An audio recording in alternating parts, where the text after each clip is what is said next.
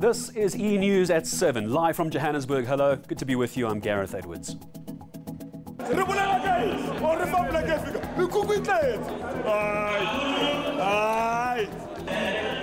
Frustrated land claimants in Walmansthal, north of Pretoria, are calling for intervention from the president, warning violence could soon erupt.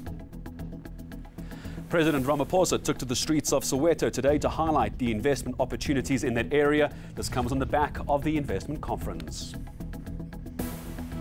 Well, if you missed the game, we'll bring you the highlights of how Chiefs did that a little bit later. Now, we lead with this. And pledges announced at Friday's inaugural South African Summit Conference total 290 billion rand. Key to these promises is long-term follow-through. But President Cyril Ramaphosa was already celebrating victory on Saturday morning. Delegates joined Ramaphosa on one of his trademarked walks in Orlando West. My colleague Aaron Bates was there. President Cyril Ramaphosa was in good spirits on Saturday, declaring the inaugural South African Investment Conference a success. We applaud the companies, everyone who participated, who have lifted the mood, but also in time will lift the employment levels in our country.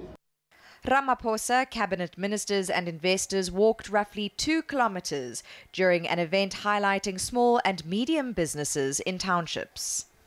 We are building and consolidating a partnership with Labour, with business, government and communities.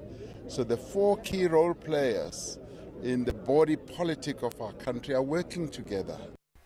Minister of Small Business Development Lindiwe Zulu defended her ministry and agreed the billions pledged strengthen Ramaphosa's political play. He was elected at the conference in December, so he was elected because comrades had confidence in the fact that he was going to take the country forward. Certainly, that was the feeling for one resident en route. The elections? We are looking forward to them. Who do you think is going to win? Pardon? Ramaphosa, of course. What do you think? Thank you. Pledges alone won't heal rifts in the governing party and don't address the systemic corruption that has dogged the ANC and state-owned enterprises. After the walkabout, the group enjoyed brunch and Ramaphosa soon left, but not before commenting on the derby. Both of them are going to win. Aaron Bates, Orlando West in Soweto.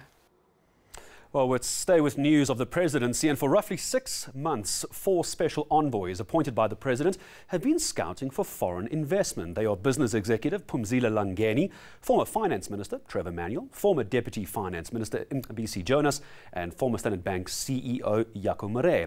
President Ramaphosa has tasked these 4 with raising, listen to this, 1.2 trillion rand in the next 5 years. On Friday, he announced pledges of 290 billion rand in the investment at the inaugural South African Investment Conference. To round off that event, here's where we bring you now. Ramaphosa led business executives and Soweto residents on that walkabout, starting in Vilakazi Street. Here's Aaron Bates one more time. She caught up with one of these special envoys on the walk. How do you build confidence in South Africa, particularly when we have this spectre of corruption and sluggish growth, if any? How do you sell the country? Well, I think South Africa's got so much going for it. Such as? And, well, tell us. The country has got a great history, great infrastructure. It's so well established from a financial sector point of view. We've got great industries. But we really shot ourselves in the foot over the last 10 years, and the growth rate is low, largely because of our own doing. So just by unleashing the potential of our people, we now have something to sell, you know, and I think we really got a sense of that yesterday at the conference with so many new things being announced. And as I walked around after the dinner last night, the mood and tone was just completely different amongst chief executives. Confidence takes a long time to rebuild. Well, DA leader Mmusi Maimane has refused to answer questions about squabbles in the Cape Town Metro. To remind you, 5 councillors resigned yesterday in support of outgoing Mayor Patricia de Lille. That was during her last council sitting.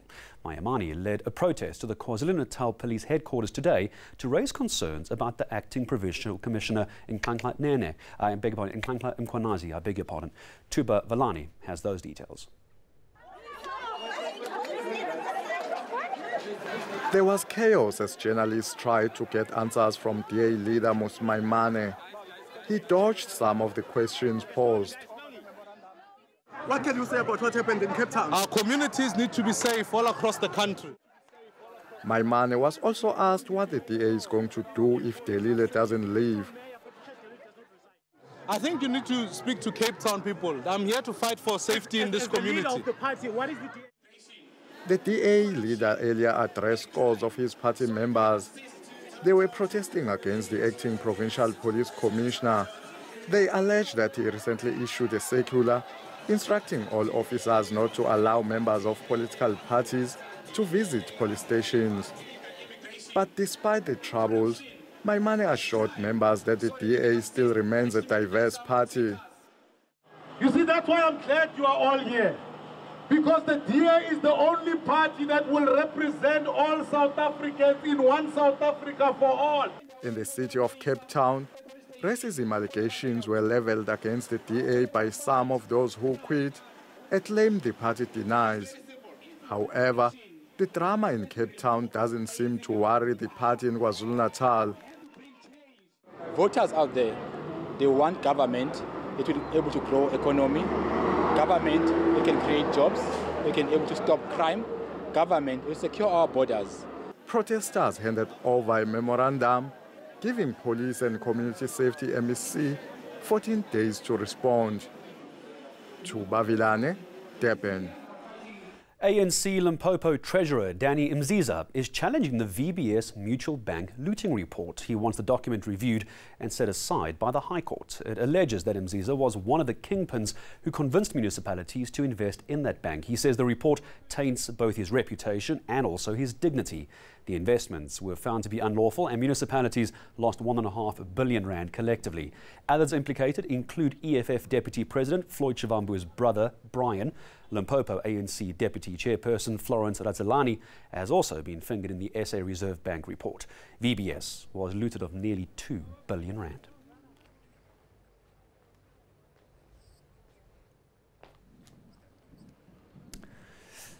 Well, former President F.W. de Klerk has been hospitalized. According to his foundation, he's been treated at the Panorama Hospital in Cape Town for a condition known as pneumothorax. This occurs when air gets in between the lung and the chest wall, causing the lung to collapse. The de Klerk Foundation says he underwent a successful procedure this morning. He's expected to be discharged sometime this week.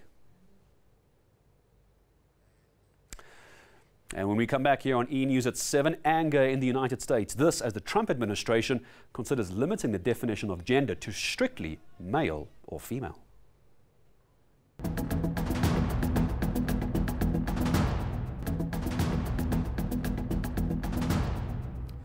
Welcome back. We'll have all your sports and your weather forecast coming up a little bit later. First, frustrated land claimants north of Pretoria are calling for the intervention from the very top. They want the president. They're warning that violence could soon erupt. The Walmansthal land claim, finalised back in 2007, was lodged by two groups made up of individual claimants and a second group claiming occupational land rights under the Berlin Mission Society. It's quite a complicated story. Here's Michael Apple. He attended a somewhat, as you're about to see, chaotic meeting in Pretoria. These periodical meetings between land claimants of Walmansthal, the Berlin Mission Society and the Regional Land Claims Commission in Gauteng don't always go too smoothly. This one was no different. Security, can you please come and deal with this, please?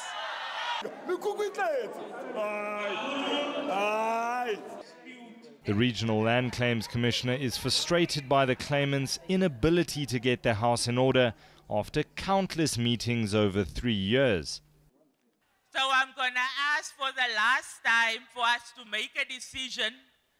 This thing that is happening here is not assisting anybody by throwing insults.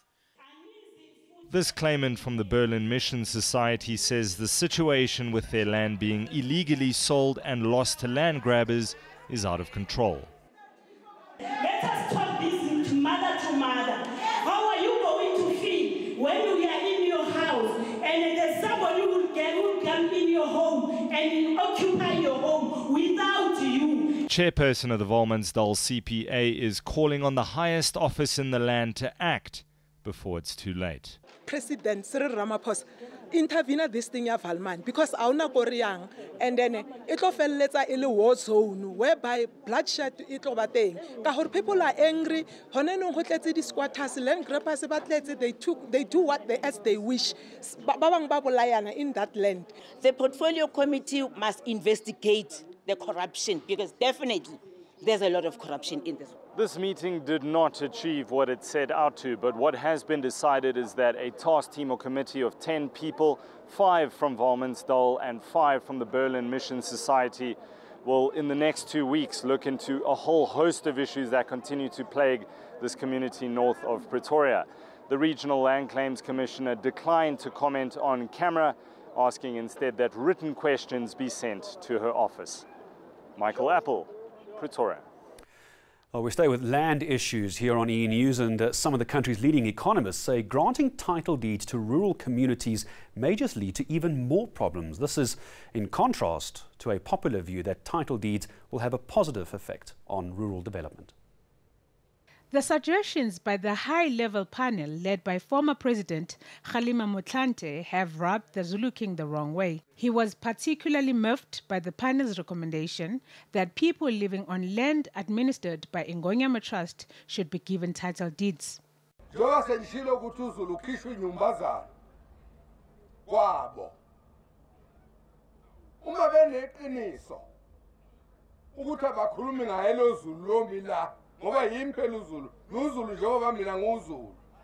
But President Cyril Ramaphosa says there's no need to press the panic button just yet. He says, however, communal land dwellers do need to have security of tenure. No one is saying that land must be taken away from our people. Rather, it is how we make sure that our people will have equitable access to land and security of tenure. But does this mean granting title deeds? This week, leading economist Dr. Wandile Sihlobo, Dr. Mzogi Siqobo, and Agricultural Business Chamber Manager Theo Boshoff argued that giving title deeds may just have unintended consequences in communal lands. The trio believes title deeds will only mean payments of rates, something which they argue some will struggle with. Well, let's bring you the latest from international news, and at least 4 people have been killed during a mass shooting at a synagogue. This is in Pittsburgh in the United States. The Tree of Life synagogue was holding a Shabbat religious service when a gunman opened fire. Police, to our understanding, say the shooting resulted in multiple casualties. Several people, including 3 police officers, were wounded. The suspect has been taken into custody, but his name has not yet been released.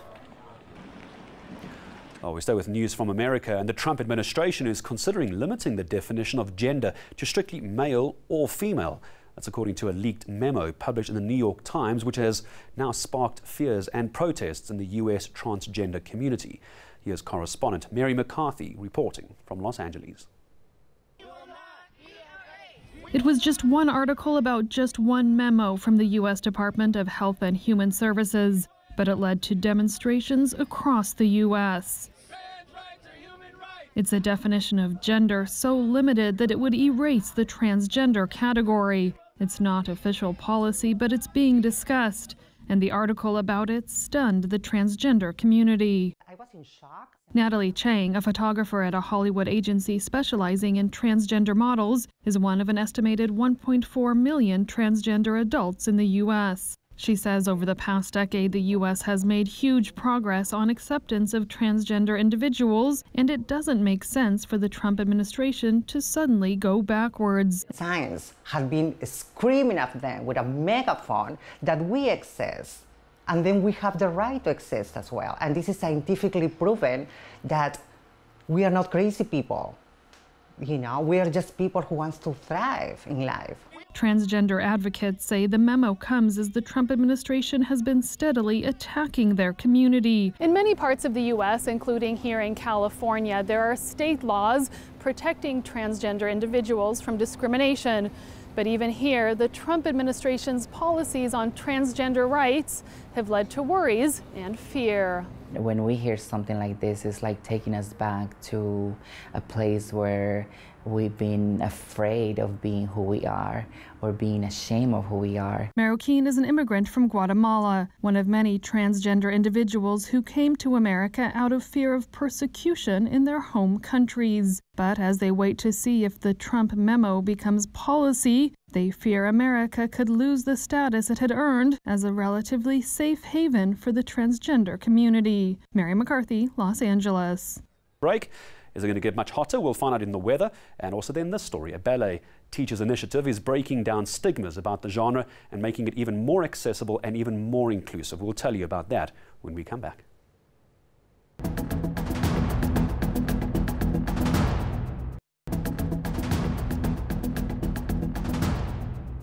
Hello everyone. The heat wave continues on Sunday over parts of the Western Cape, and at the same time temperatures will continue rising for the areas indicated in red, including the northwest as well as the Free State. Some cloud cover starts to drift in from the Atlantic Ocean, and we'll also have cloud developing over the eastern and southern interior of the country, and we could even have a couple of small thunderstorms popping up around the Drakensberg in KwaZulu-Natal later on in the afternoon hours. Blistering heat expected for the Northern Cape on Sunday, with Uppington and Prieska both climbing above 40 degrees Celsius, and many areas over the Western Cape interior will climb above 40 as well, including Vredendal and Oudtshoorn. Along the coastline, it's still going to be a hot day, but along the south coast we are expecting most areas to stay below 30. Windy along the Eastern Cape coastline, where we will also see temperatures staying below the 30-degree mark, but as you head inland we see those temperatures climbing very high in the afternoon. Do take care, stay hydrated and try to stay out of that midday sunshine. Hot and dry for much of KZN, although a few thunder showers could pop up around the Drakensberg, and in Mpumalanga it's also going to be a dry day with mostly sunny skies and hot weather in the forecast for this province. Temperatures climb above 30 degrees all across Limpopo, where it's going to be a sunny Sunday, and the sunshine will also extend all across the northwest. Mahikeng starting the day off very warm at 17 and climbing to 34 in the afternoon. It will also be hot for the Free State. Some cloud cover pops up, especially in the eastern parts, but no rain expected. And as you might have guessed, it's going to be a hot and dry day in Gauteng, 32 degrees as a maximum for Johannesburg. Heading into Monday, we do foresee a drop in temperature for Cape Town ahead of an approaching cold front. That could bring evening rainfall to the area, but ahead of this front, it stays extremely hot, 43 degrees for Graaff-Reinet, where there could be a couple of isolated thunder showers. But then on Tuesday, a sharp drop in temperature all across the Cape provinces, while in the east, it's going to be another hot day, but there could be a few thunder showers. Louis, thank you very much. Very good advice as well in that midday heat tomorrow. Try and stay out of the sun if you can. Well, let's end off with this. Classical ballet is often perceived as an elite dance style, but a training initiative is bringing pliés and pirouettes to Gauteng's townships. The Training Teachers in Townships project is aiming to make ballet more accessible and, more importantly, inclusive. The initiative will go national shortly. Here's Mia Spies with the story.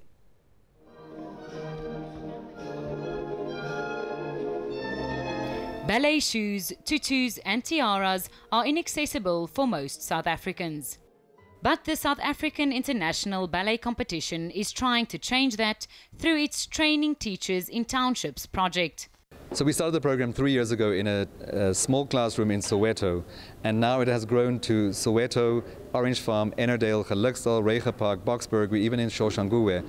We're also having phone calls from Cape Town and from Durban for people wanting to have access to it, and even outside the borders of South Africa. Teachers take part in a 5-year program during which they are coached in classical ballet using the proven Cuban method. The teacher gets trained by a professional dance teacher, and then what the teacher does is, after she's obtained her training, she goes back into the community and then she teaches the children exactly what she's been taught. So it's basically just a handover that happens in the process. The hard work is paying off for a group of teachers who just earned their stripes. The goal is to train at least 1,000 teachers over the next couple of years, who will in turn develop ballerinas for South African and international stages. Mia Spies, Johannesburg. Well, let's quickly remind you of our top stories. President Ramaphosa took to the streets of Soweto to highlight the investment opportunities in that area. This comes on the back of the investment conference. My thanks, as always, to the team behind the scenes. From me, have a good night. Bye-bye.